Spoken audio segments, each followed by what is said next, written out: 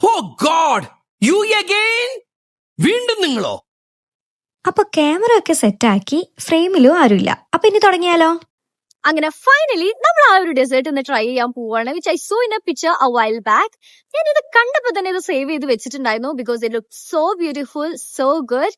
And honestly this my just be the best dessert I have ever made, blueberry puff pastry. So നമുക്ക് അതൊന്ന് കണ്ടു നോക്കിയാലോ? ബാ. അപ്പൊ ആദ്യം തന്നെ നമുക്കൊരു റോൾഡ് പഫ് പേസ്ട്രി എടുക്കാം. ഈ ഒരു പഫ് പേസ്ട്രി വെച്ചിട്ട് നമുക്ക് 2 ഡിഫറെന്റ് ഷേപ്സ് ഉണ്ടാക്കി എടുക്കണം ആദ്യം. അപ്പൊ ഫസ്റ്റ് വൺ എന്ന് പറഞ്ഞു കഴിഞ്ഞാല് നൈസ് ആൻഡ് സിമ്പിൾ ആയിട്ടുള്ള ഒരു സ്മോൾ റൗണ്ട് ചപ്പാത്തി ഷേപ്പ് ഉണ്ടാക്കി എടുക്കാം. സെക്കൻഡ് വൺ അതിന്റെ മിഡിൽ ഒരു ഹോൾ ഉണ്ടായിരിക്കും. എന്നിട്ട് ഇതുപോലെ ഒന്ന് പ്ലേസ് ചെയ്ത് കൊടുക്കാം. നെക്സ്റ്റ് ഞാനിവിടെ ബട്ടർ ഒന്ന് ബ്രഷ് ചെയ്ത് കൊടുക്കുന്നുണ്ട്. എന്നിട്ട് ഇതൊന്ന് അവനിൽ ബേക്ക് ചെയ്തെടുക്കാം. നിങ്ങൾക്ക് വേണമെന്നുണ്ടെങ്കിൽ എയർ ഫ്രയർ യൂസ് ചെയ്യാം കേട്ടോ. അപ്പോഴേക്കും ഇവിടെ നമ്മുടെ കസ്റ്റാർഡ് റെഡി ആയിട്ടുണ്ടായിരുന്നു.